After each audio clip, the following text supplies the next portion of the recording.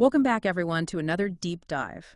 Today, we're delving into a case that's both heartbreaking and utterly perplexing. The disappearance of Joanne Ratcliffe and Kirsty Gordon from the Adelaide Oval back in 1973.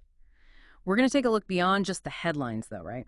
We're going to examine those witness accounts, see what the police were doing, and really try to understand the lasting impact this mystery has had on the families and really the whole community. What makes this case so fascinating, even after all these years, is that we still don't have those definitive answers. It's been over 50 years.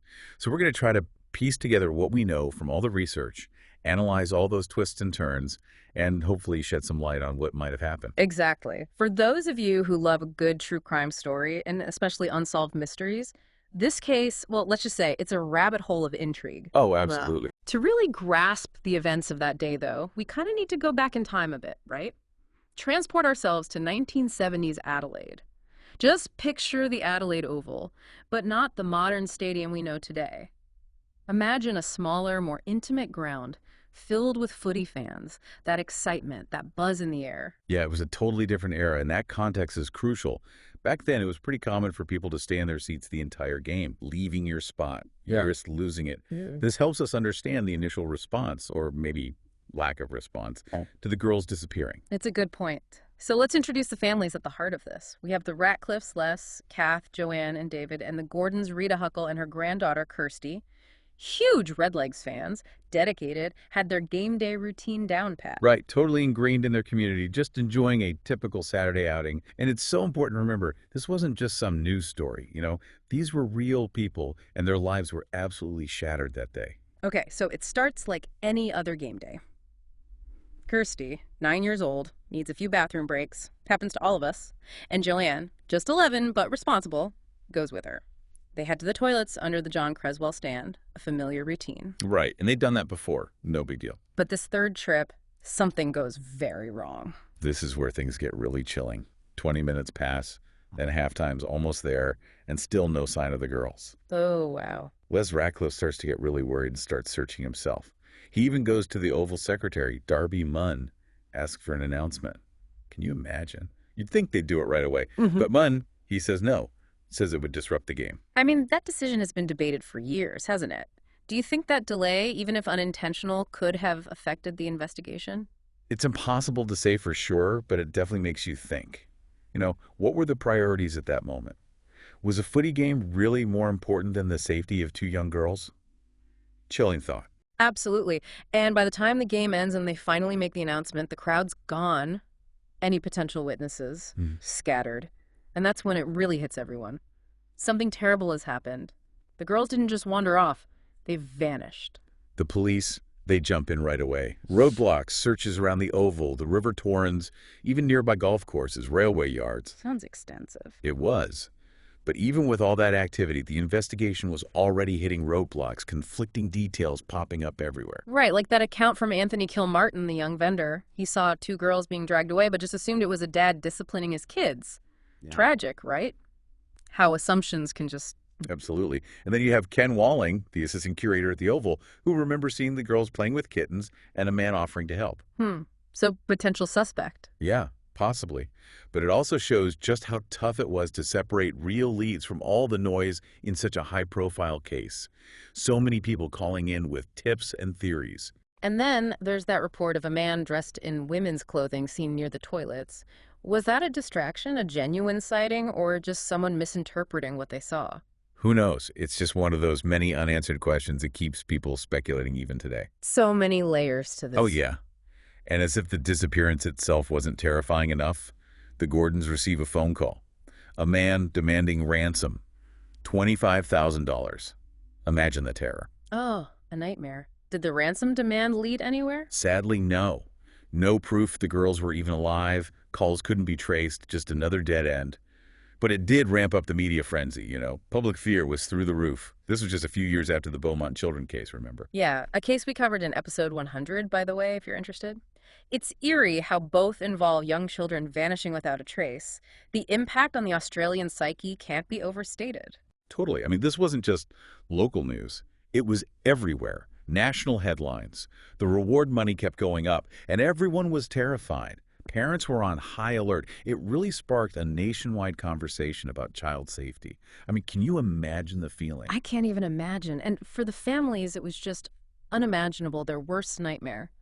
We know Les Ratcliffe suffered a breakdown, and while Greg and Christine Gordon tried to remain composed publicly, the internal struggle must have been. Oh, just unbearable. Their lives were completely turned upside down, scrutinized, and all the while, they're dealing with this agonizing uncertainty.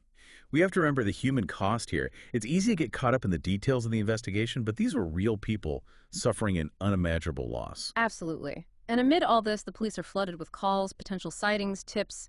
How did they even manage all that information? It was a massive task, Mm-hmm. trying to sift through what was real, what was well-intentioned but unhelpful, and what was, unfortunately, just a hoax. Some leads did stand out, though.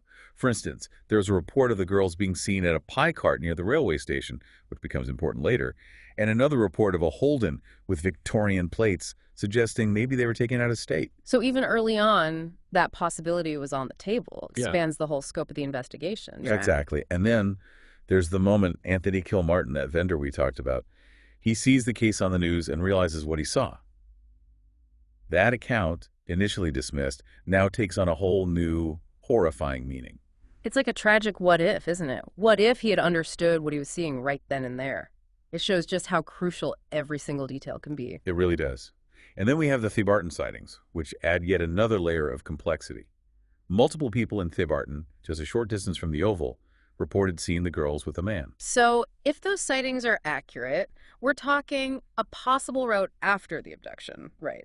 They're putting the girls in a specific area. The timeline fits, suggesting a deliberate path after they left the Oval. The descriptions of the man, his actions. Some even mentioned the older girl, Joanne, fighting back while the younger one was being carried. God, she's trying to protect her. That's heartbreaking, but also says a lot about her courage, even in a terrifying situation. Absolutely. The Thebarton sightings also tie into that pie cart near the railway yard, suggesting a possible planned route, maybe familiarity with the area. It's a tantalizing clue. However, some witnesses describe the man differently than those initial reports. Could be a change of clothes, another person involved, or simply the limitations of memory, right? Eyewitness testimony can be tricky. It really can be. It's a question that's haunted this case for decades. The Thebarton sightings, while offering clues, also bring more questions. And as the investigation unfolded, things took an even stranger turn. Now, the involvement of Gerard Croiset Jr., a Dutch psychic, is where this case takes a really interesting turn. It kind of shows how desperate everyone was getting right. They were willing to try anything, even something as unconventional as bringing in a psychic. It's fascinating, isn't it? I mean, this was the 70s, and using psychics in investigations, well, it wasn't unheard of. Remember, his father, Gerard Croiset Sr., was actually consulted in the Beaumont case. Didn't really lead anywhere, though. Right, exactly. But in this case, Croiset Jr.'s involvement, well, it generated a media frenzy. Everyone was talking about it, newspapers, the public. It really fueled the speculation. So we have this high-profile psychic conducting these dramatic searches, but ultimately, no trace of the girls, just another dead end, adding to the mounting frustration. It was. Meanwhile, the official investigation continued with a coronial inquest. Now, this inquest was about more than just determining a cause of death. They were looking at the actions of everyone involved, even scrutinizing those controversial decisions, like the delayed announcement at the Oval. Bringing us back to Darby Munn, the Oval Secretary. The inquest did criticize his delayed response, but ultimately they concluded the girls were most likely abducted by an unknown man. Not exactly comforting for the families, is it? More questions than answers. Tragic reality of so many missing person cases. Even with legal conclusions, the emotional turmoil, those unanswered questions, they linger. And for the Ratcliffe family, the pain was amplified by another loss just a few years later. Les Ratcliffe died of cancer, never knowing what happened to his daughter. It's just heartbreaking. Robbed of his daughter, robbed of the chance to find out what happened to her. It speaks to the injustice that hangs over this entire case. And he didn't just give up, did he? He filed a lawsuit against the government, questioning how they handled everything. He did. He fought until the very end, fueled by that father's love and that deep sense of something could have been done differently. But years passed, and the case seemed destined to remain unsolved. Then a glimmer of hope. A connection emerges, a link to another horrific crime that sent shockwaves through the investigation. This is where Bevan Spencer von Einem comes in. A convicted murderer already serving a life sentence for the brutal killing of Richard Kelvin. But what makes him relevant to this case is his alleged confession to abducting 2 children from a football match. Chilling. It was huge. Not just the nature of his crimes, but the timing and the location. Von Einem lived in Thebarton, remember, right where those crucial sightings took place. Suddenly, all those pieces, the timeline, the possible route, it all starts to fit together. It's like a puzzle, and this piece seems to slot right in, albeit a horrifying one. Did investigators find anything to back up his claims? Any physical evidence connecting him to the girls? Sadly, no. They searched extensively, even dredging the Mongo Reservoir based on what he said about the Beaumont children. But despite all that effort, nothing concrete linking him to the Ratcliffe and Gordon case. So close, yet so far. It must have been a crushing blow for the families. A glimmer of hope, then dashed again. But the investigation didn't end there, right? Not at all. Another name surfaced: Arthur Stanley Brown. He was arrested for the murders of 2 sisters in Queensland, and the similarities to the Adelaide Oval case were just disturbing. Wow. So not just a similar crime, but actual links to the case? Oh, yes. Brown not only resembled that Adelaide Oval suspect sketch, but a witness, Sue Lurie, actually recognized him as the man she'd seen near the Oval that day. Incredible. So you've got a man with a history of violence against children, matching the description, placing himself at the scene. This has to be the breakthrough they were waiting for. You'd think so, wouldn't you? But there's a tragic twist. By the time Brown was arrested, he was already in the advanced stages of Alzheimer's and dementia. Impossible to question him effectively, let alone bring him to trial. He died in 2002, taking any secrets he had with him. Oh, that is just cruel, to be so close to potential answers and have them slip away. It seems to be a theme with this case, doesn't it? Hope, then disappointment. It's a pattern that's become all too familiar in this story. But even as those initial leads went cold, the desire for answers, the need for closure, never faded. It really does feel like 1 step forward, 2 steps back with this case, just constant ups and downs for the families caught in this horrible limbo. And after a certain point, I imagine the idea of finding Joanne and Kirsty alive just, well, it fades, doesn't it? The focus shifts to just finding answers, any kind of closure. It does. There were even calls to declare the girls legally dead.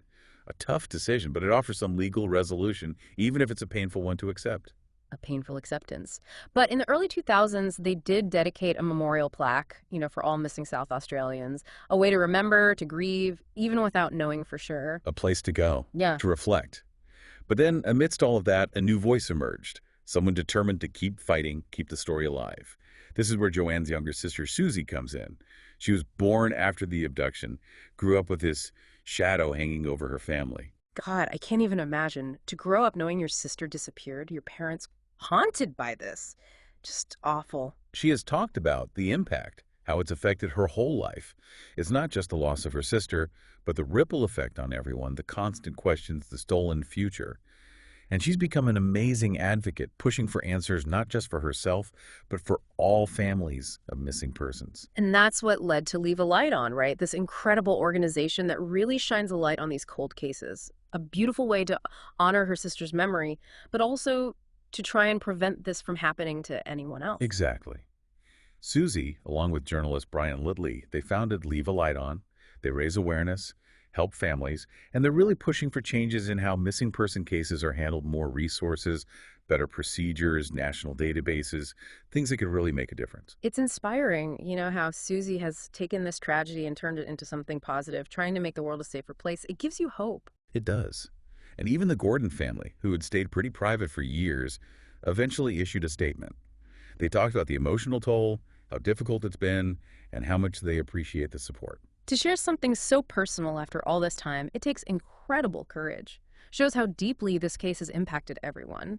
And as the families were trying to heal the investigation, well, it kept turning up new leads. There was this chilling account from a woman known as Mrs. F. Oh, yes. Mrs. F remembered a man approaching her near the toilets at the Oval that day, asking her inappropriate questions. Her parents did report it back then, but it seems like it was never really followed up on. Another missed opportunity, maybe. It's just so frustrating to think that information was there all along, a potential witness, but it just fell through the cracks. Makes you wonder what else might have been overlooked. It happens, unfortunately. So much information, old technology, maybe even human error. But then there was that bombshell from Trevor Marshall, a convicted pedophile, who said he knew it happened to Joanne and Kirsty. And she pointed the finger at his own grandfather, Stanley Arthur Hart. Wow. And he had specific details. Very specific. Talked about how they were killed, where they were buried, in places like Yadala and Bikina Dam. This wasn't just some vague story. It was detailed information that, if true, could finally give those families some answers. Sounds like he had inside knowledge, right? Like someone close to what happened. But did the police believe him? A convicted criminal? Initially, there was a lot of skepticism. I mean, Marshall had a history of deception, telling tall tales. But some private investigators working with the families, they decided to follow up on his leads. They took a chance. And that led them to Bikina Dam, a place that becomes crucial. What did they find there? Following Marshall's directions, they found this hidden tunnel in the dam wall. And inside, barrels containing traces of blood and acid. That's chilling. It sounds like they were getting closer to the truth. And then they found a girl's shoe in the tunnel as well. It all seemed to be lining up. But the police, they were still hesitant, said they couldn't confirm the blood was human, and the other evidence, while suspicious, wasn't conclusive. So close, yet so far. Another blow to the families. They must have felt like they were on a roller coaster, constantly going up and down. Exactly. It shows how difficult these cold cases can be. You have potentially crucial information, but you can't be sure if it's reliable. But even with the doubts about Marshall's story, new witnesses kept coming forward. There was even a woman who claimed her own father was responsible. She knew details about the Radcliffe family. Seemed credible at first. Wow, another potential break. Did her story check out? Sadly, no. After investigating, they found holes in her story. The police determined she'd made it all up. Another dead end, another hope dashed. It's just heartbreaking. And then there's the story of Robert McMahon, who said he'd seen the girls with a man named Scotty that day. He even made detailed sketches, described the car, the direction they were heading. Another potential eyewitness. Did his information lead anywhere? Unfortunately, not really. McMahon said he'd tried to report this to the police several times, but they didn't take him seriously. A common frustration, you know. People feel like they have important information, but they're not heard. It makes you wonder how many other pieces of the puzzle are out there, waiting to be discovered, waiting to be taken seriously. It's a sobering thought. But the authorities did try some new approaches to reinvigorate the investigation. They did. In 2014, hoping to generate some new leads, they offered a $1 million reward for information leading to a resolution in this case and several others. Wow, $1 million. You'd think that would be enough to incentivize someone to come forward. You'd hope so, but it didn't happen. The reward, while a powerful gesture, ultimately remained unclaimed. So they went back to the drawing board, and they came up with a pretty unique idea. Actually, a deck of playing cards, each one featuring a different cold case.